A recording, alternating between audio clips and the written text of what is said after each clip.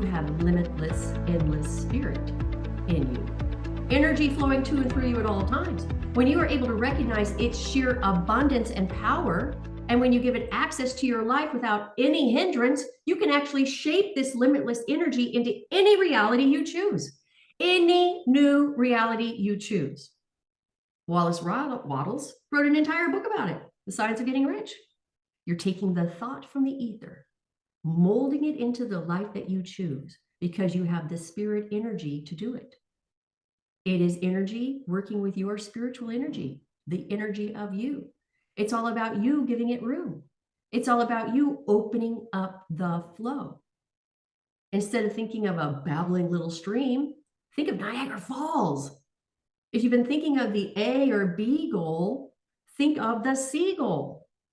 Instead of thinking of a candle in a dark room, think of the space shuttle illuminating its path as it lands on the moon. What kind of a seagull was that?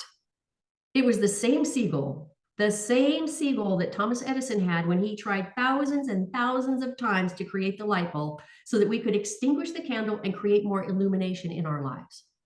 That was a seagull. But then the seagull changed. Then it became the beacon.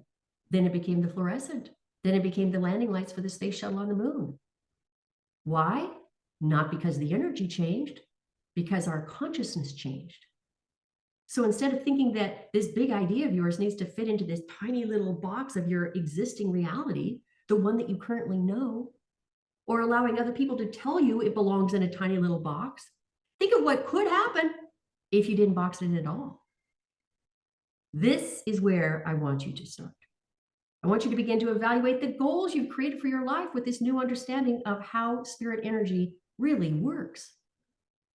Are you giving it room to expand? Or are you stuffing it into the cracks and creases of your already existent life and hoping that somehow it will sprout like a flower in the middle of a concrete crack?